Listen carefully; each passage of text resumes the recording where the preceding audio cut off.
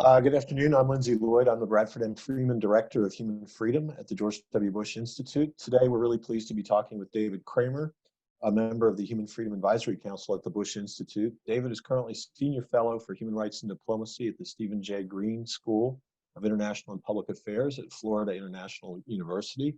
He has a long and distinguished career in Washington, D.C., serving previously at the McCain Institute as president of Freedom House and in a number of senior posts in government, including as Assistant Secretary for Democracy, Human Rights, and Labor at the State Department. David joins us today from Miami. David, thanks. It's great to have you. Likewise. Thanks very much, Lindsay. Appreciate it. David, we thought we'd talk to you a little bit about Russia. You're an expert on what's happening there, and with all the news about Corona, and maybe a lot of people aren't really thinking about what Russia is up to these days. But you recently gave a chat at the McCain Institute where you were talking about disinformation, how disinformation is rising, and that you are seeing collaboration not just with Russia, but with other actors like Iran and China. What can you tell us about these disinformation efforts, and what's their focus? Is it about our political campaign, the coronavirus, or something else? It's a little bit of everything. And let's keep in mind, of course, that Russian disinformation efforts are not new in light of the pandemic. This goes back to Soviet times when the Soviet Union back in the 1980s planted a story in an Indian newspaper arguing that the United States was the one that actually invented the AIDS virus and was responsible for it.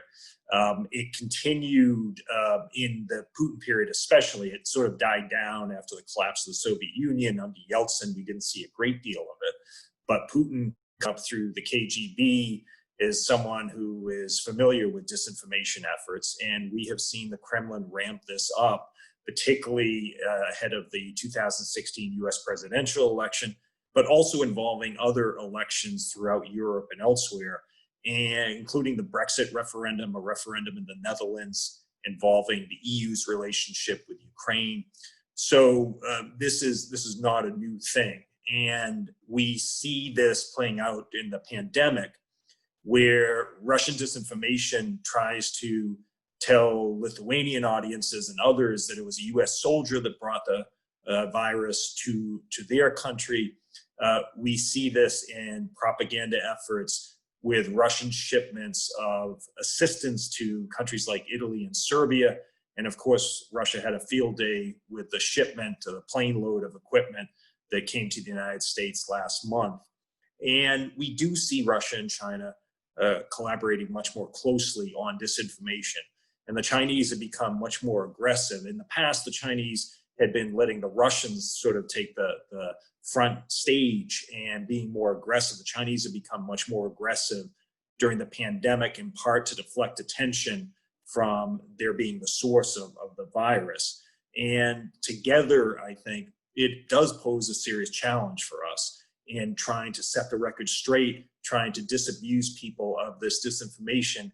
And then, of course, the other part of this is the Russian disinformation and propaganda efforts are trying to polarize our countries, and they're trying to split the United States off from other countries in the West, but they're also trying to play into divides and tensions here in the United States. We have seen this on sensitive racial issues, like the shootings of African Americans in the United States. We're seeing this continue, and our polarization gives the Russians an opening to try to tap into this sentiment here in the United States. Well, as a country right now, we're clearly preoccupied with the coronavirus and all the consequences that are coming out of that. Is Russia using our preoccupation to take advantage of the situation in terms of places like Ukraine or Georgia or the Western Balkans? While we're looking the other way, are they more active in some of these countries?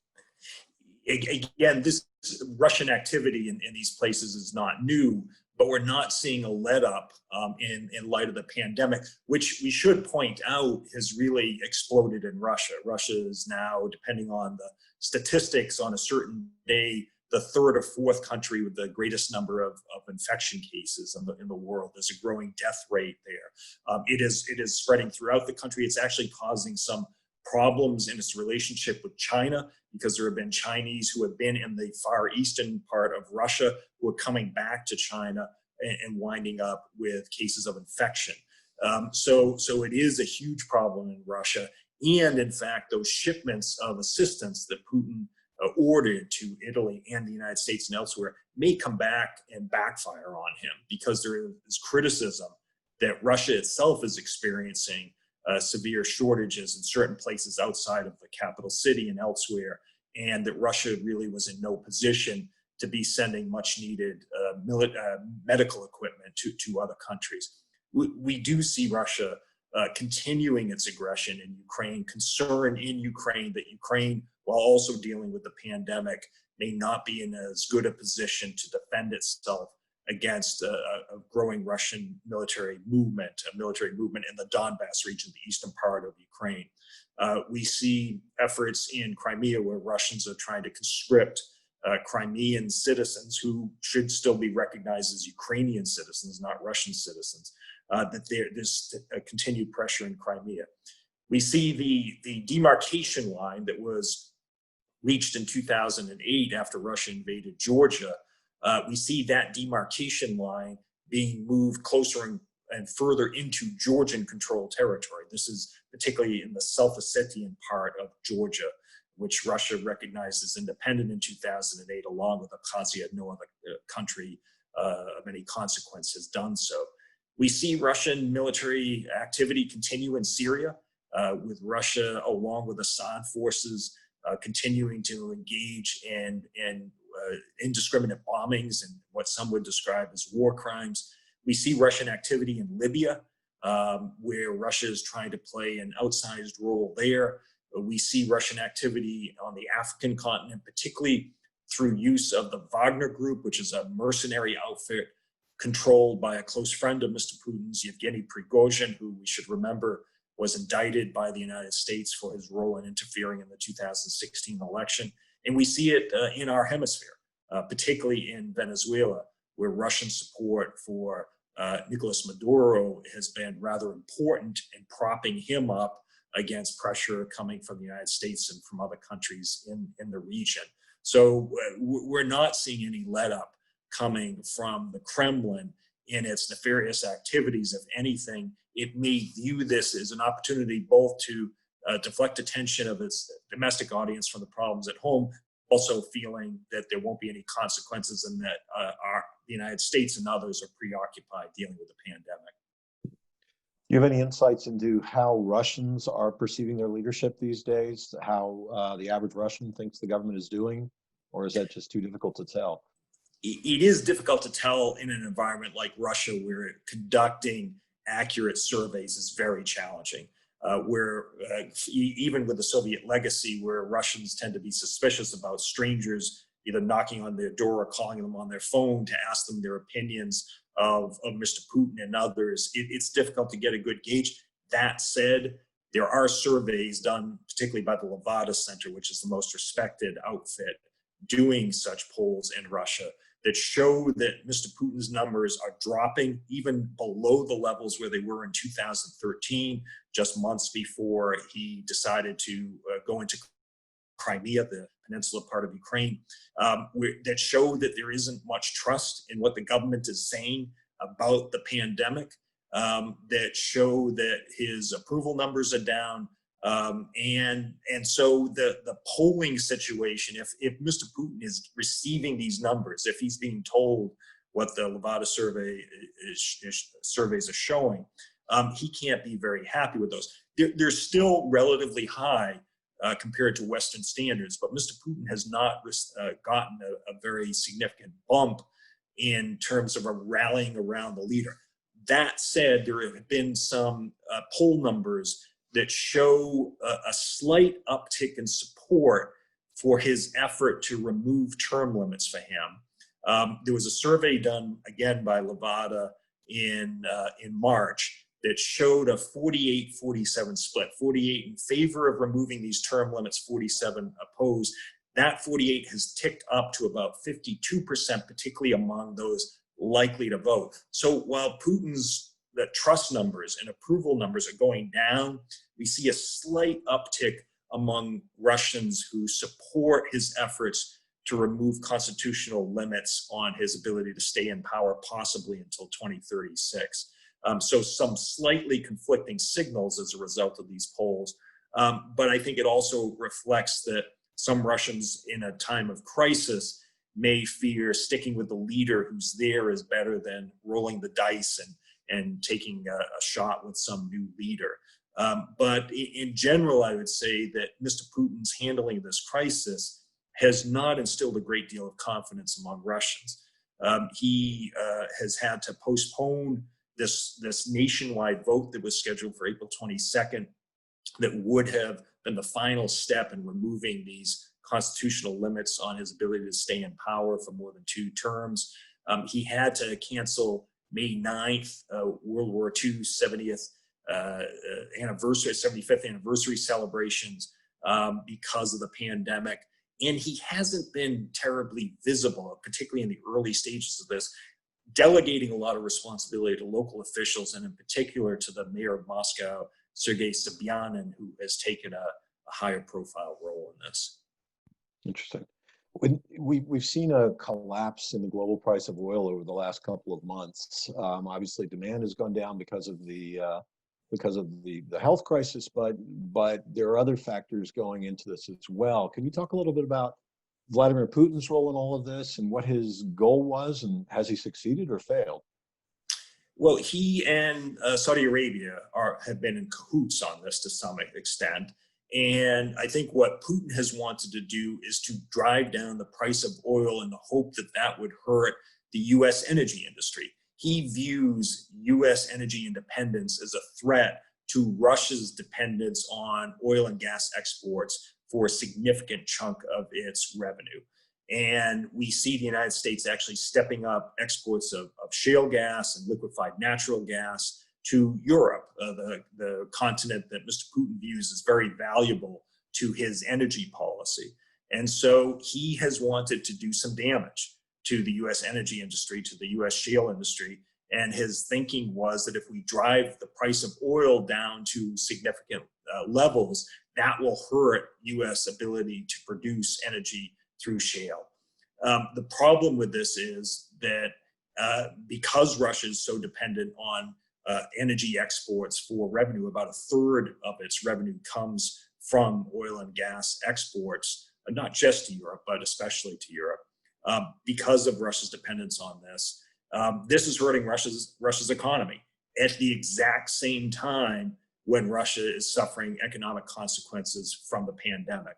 So Mr. Putin's timing on this is absolutely terrible.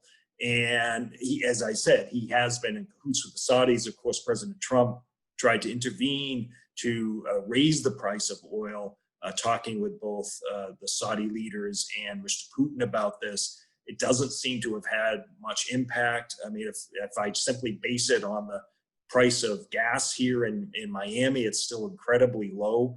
That's because consumption is down. And we see this as a problem, not just for Russia and Saudi Arabia, it's a problem for the United States as well. The reserves are reaching capacity.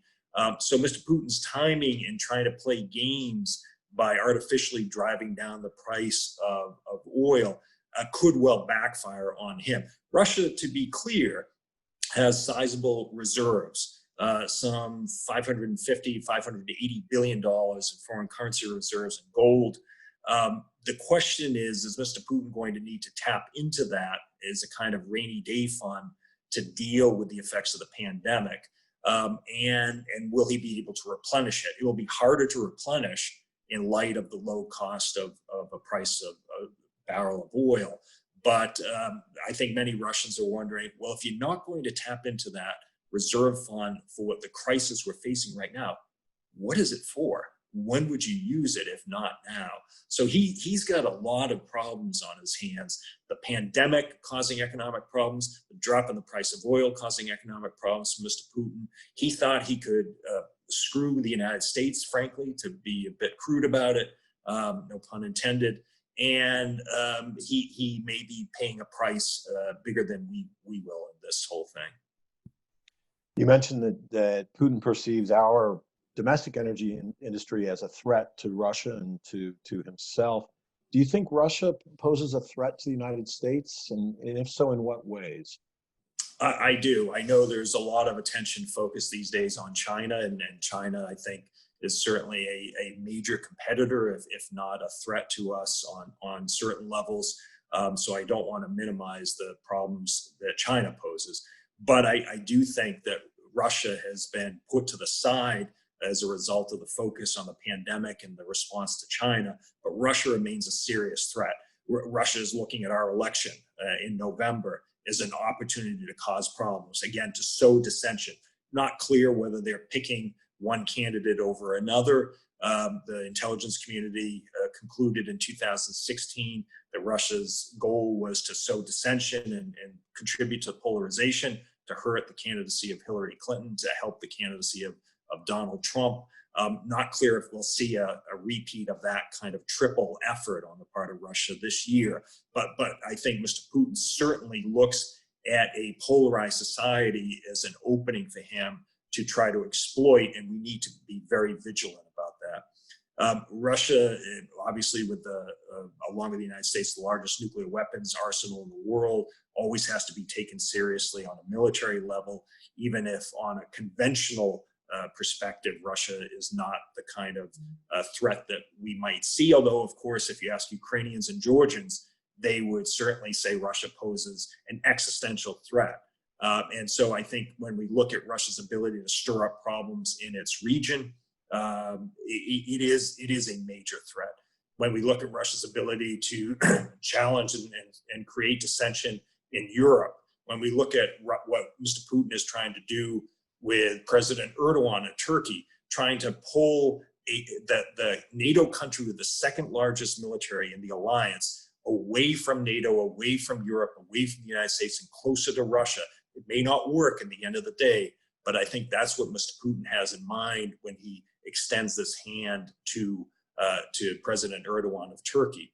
Look at Putin's support for Assad, a leader who has the blood of hundreds of thousands of people, his own citizens, on his hands. And Mr. Putin has contributed to that. We see him trying to foil and interfere in our efforts around the world.